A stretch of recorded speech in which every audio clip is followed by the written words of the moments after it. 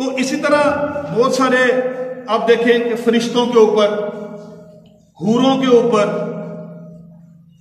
جنت اور دوزخ کے اوپر طرح طرح کے اس بارے میں بھی وہ لطیفے گھڑے گئے، قرآن و حدیث کا مذاق اڑایا گیا۔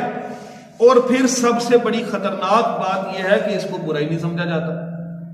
2 4 5 7 دوست محفل لگی ہوئی ہے، آپس میں خوش گپیاں چل رہی ہیں، آپس میں ہنسی مذاق ہو رہے ہیں، جو اس محفل میں زیادہ لطیفے سنائے گا، لوگوں کو زیادہ ہنسائے گا، اس کو ہیرو سمجھا جاتا ہے۔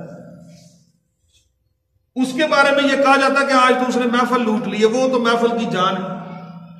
ارے بھیا یہ تو دیکھو کہ گفتگو کس قسم کی کر رہا ہے، یہ تو دیکھو کہ کیا مسلمان ہوتے ہوئے ہمیں یہ چیزیں زیب دیتی ہیں؟ کیا اللہ تبارک و تعالیٰ کی ذات جب ہم سے اس بارے میں پوچھے گی تو ہم اس کو کیا جواب دیں گے؟ اور پھر یہ بہانہ کہ ہم تو ہنسی مذاق کر رہے تھے، قرآن نے تو اس کا سیدھا سیدھا رد کر دیا۔ ہاں اگر تم اس میں سے اگر تم توبہ کر لو تو پھر اللہ تعالیٰ کی ذات معاف کرنے والی۔ یہ تو زندگی میں مہلت کے طور پہ بات ہے، یہ تو بات ہے کہ اگر توبہ کر لی تو پھر اللہ تعالیٰ کی ذات معاف کر دے۔ تو میں آپ کو بتاؤں کہ سورۃ النساء کی جو آیت نمبر 140 میں جو میں نے پہلے پڑھی ہے، اس میں یہ ہے کہ کوئی ایسی محفل جہاں پر آیتوں کا انکار ہو رہا ہو، اب اس سے مراد ہر بری محفل۔ اب کوئی یہ سمجھے اور یہ کہے کہ جی نہیں جی کسی محفل میں قرآن کا تو انکار نہیں ہوتا۔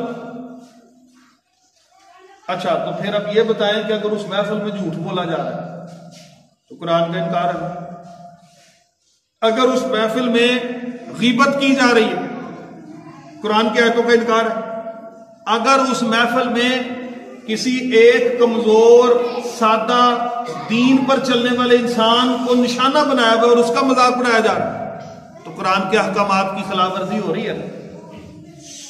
اگر وہاں کوئی شیطانی فعل سر انجام دیا جا رہا ہے، اگر وہاں برائی اور بے حیائی اور گندے لطیفے سنائے جا رہے ہیں تو قرآن کی آیات کا انکار ہے کہ نہیں؟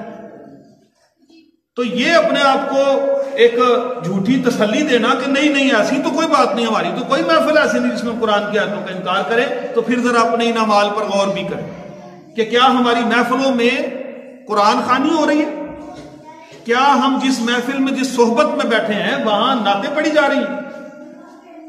کیا ان محفلوں میں درود و سلام پڑھا جا رہا ہے؟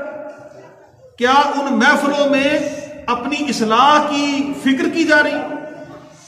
کیا ہم چند دوست بیٹھ کر تو نماز کی اہمیت اور اس کی افادیت پر بات کر رہے تھے؟ کیا ہم رمضان المبارک کی آمد کے حوالے سے بیٹھ کے کوئی پروگرام ترتیب دے رہے تھے کہ رمضان المبارک میں اب ہم نے اس طرح سے خشوع و خضوع کے ساتھ عبادتوں کی کثرت کرنی ہے؟ کیا ہم دینی مسائل سیکھ رہے تھے؟ کیا ہم اپنی اخلاقی اور روحانی اصلاحیں کر رہے تھے؟